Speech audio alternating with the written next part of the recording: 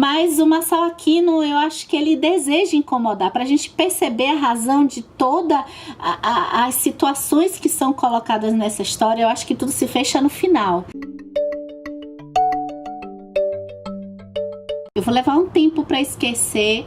Eu receberia as piores notícias dos seus lindos lábios, do escritor brasileiro contemporâneo Masao Akino. Que livro difícil de fazer uma resenha, mas também bastante motivador, porque é uma história diferente de tudo que eu tinha lido antes.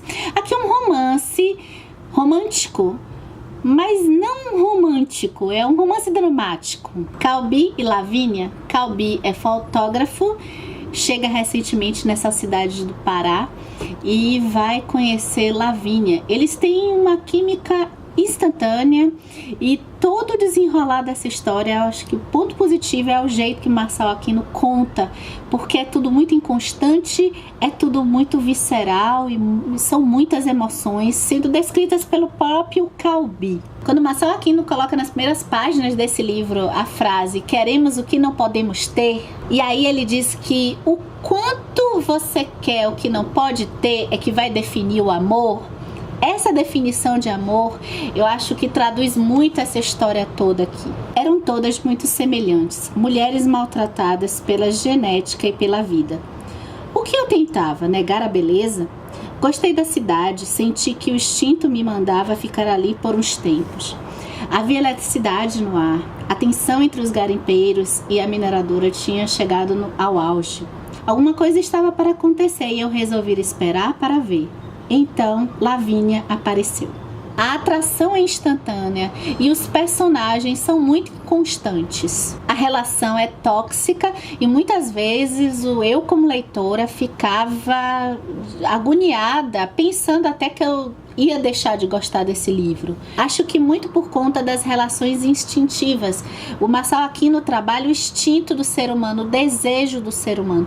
E esses personagens principais, Lavínia e Calbi, são pautados muito por essa inconstância do desejo e da realidade. Aliás, a realidade de uma relação que a gente acompanha diária, nas minúcias, rotinas diárias, pautadas assim, por exemplo, na sujeira, na menstruação, nesse dia a dia que é muito fácil a gente desromantizar o amor. Eu tô colocando aqui o amor porque essa visão do amor que a gente vai ter em Eu Receberia as Piores Notícias dos Seus Lindos Lábios. Eu amo esse título. A percepção de amor, ela é muito particular do narrador, que é o Calbi, e do Masao Akino, né? Do escritor que quis colocar esse modo que o leitor vai ficar o tempo todo se questionando na história até terminar, das razões e desconforto que levam esses personagens a levarem essa relação amorosa. A Lavínia se tornou a minha personagem preferida, porque a Lavínia, ela tem uma vida misteriosa. No momento que a gente conhece ela, a gente vai mudando um pouco a percepção, na medida que a gente vai saber mais informações sobre a personagem.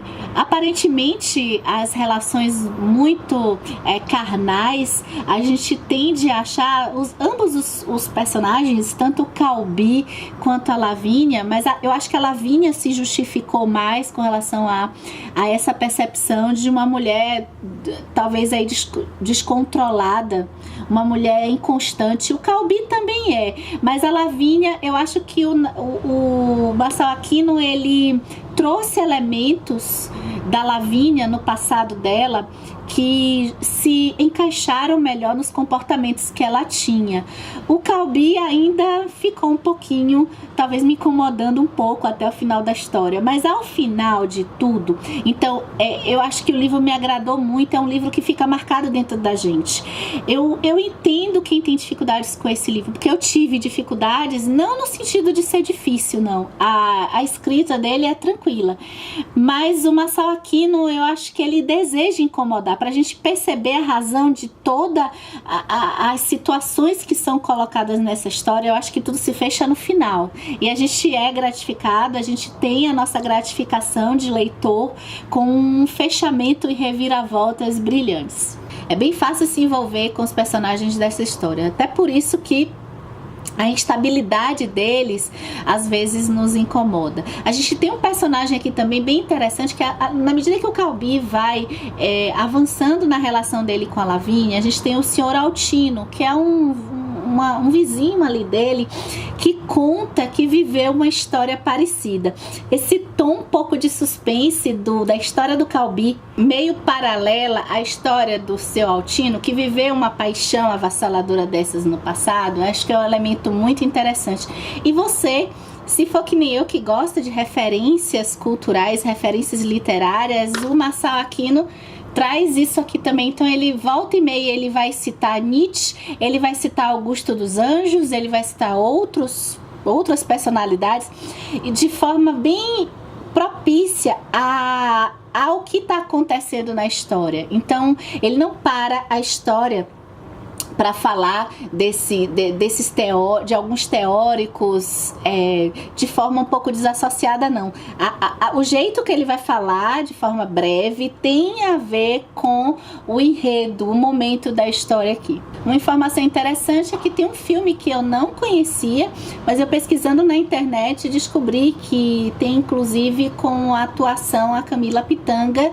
Ela faz a Lavínia e eu tenho vontade de assistir. Me conta aqui se você já leu, eu receberia as piores notícias dos seus lindos lábios, ou se você assistiu o filme. Bora conversar.